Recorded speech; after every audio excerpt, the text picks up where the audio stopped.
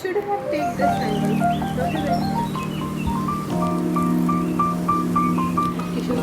Lecture देना start करेंगे. Okay guys, and arts derives the energy from various activities of carbon dioxide in which is harmful to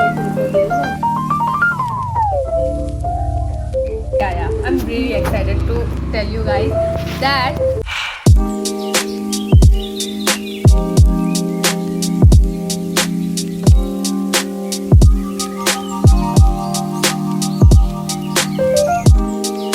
welcome back to my channel. So आज है Saturday and हमारा first AITS कल ही है and we have to prepare for that. तो उसके लिए मुझे अभी मेरा फिज़िक्स और कैम का जो सिलेबस है वो कवर हो चुका है, ठीक है. And I have to cover the syllabus of biology. और मैंने सोचा था कि मैं बायोलॉजी का जो भी सिलेबस है वो मैं एंड में ही करूँगी.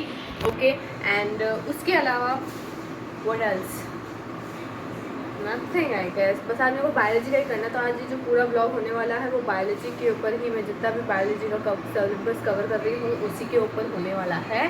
एंड या दैट्स इट. सो फटाफट से ये फालतू बातें छोड़ के पढ़ाई पे स्टार्ट करते हैं बिकॉज AITS कल ही है. Okay, so yeah let's start. I should have take this angle. Don't you think it's lighting is good here.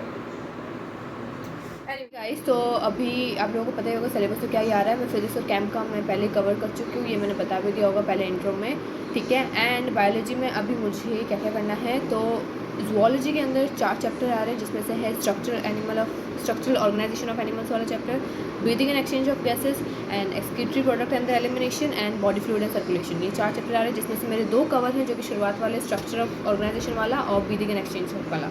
ये 2 चैप्टर मेरे ऑलरेडी कवर है, ठीक है. तो मुझे अभी बॉडी फ्लूइड और एक्सक्रीटरी प्रोडक्ट वाला ये जो 2 चैप्टर है उसको कवर करना है, ठीक है. एंड इसको कवर करने के बाद हम पूरी NCERT भी पढ़ेंगे. पूरी एज इन 4 चैप्टर्स के NCERT पढ़ेंगे क्योंकि NCERT मैंने रीड नहीं की है तो NCERT रीड करना ज़रूरी है. Okay, so yeah let's start.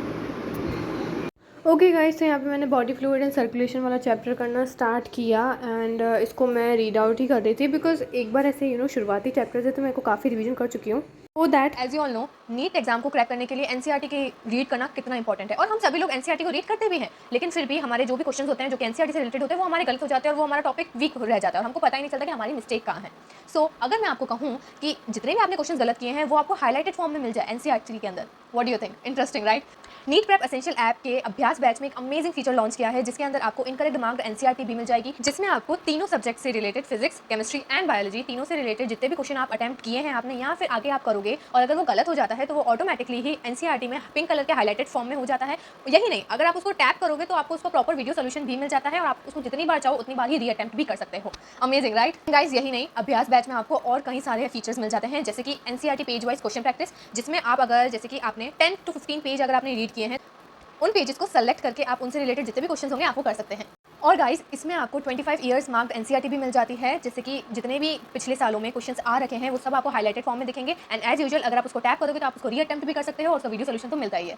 So guys, इसमें आपको लेटेस्ट ट्रेंड के अकॉर्डिंग भी क्वेश्चंस मिल जाएंगे जो कि हैं PYQ और statement based questions, diagrams based questions, आपको assertion reason based question, sequence based question, आपको ओवरऑल सारे प्रकार के आपको क्वेश्चंस मिल जाते हैं. और गाइस, अगर कोई भी आपको क्वेश्चन इंपॉर्टेंट लगे तो आप उसको बुक मार्क भी कर सकते हो.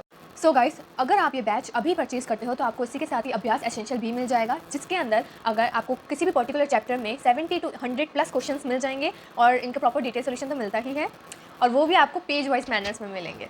इसमें आपको NCERT के जो क्वेश्चन होते हैं और NCERT एग्जाम्पलर के जो क्वेश्चन होते हैं वो सारे आपको MCQ के फॉर्मेट में मिल जाएंगे और इसमें आपको 2019 से 2024 तक के सारे पेपर्स मिल जाएंगे, इवन गंगानगर और मणिपुर के भी.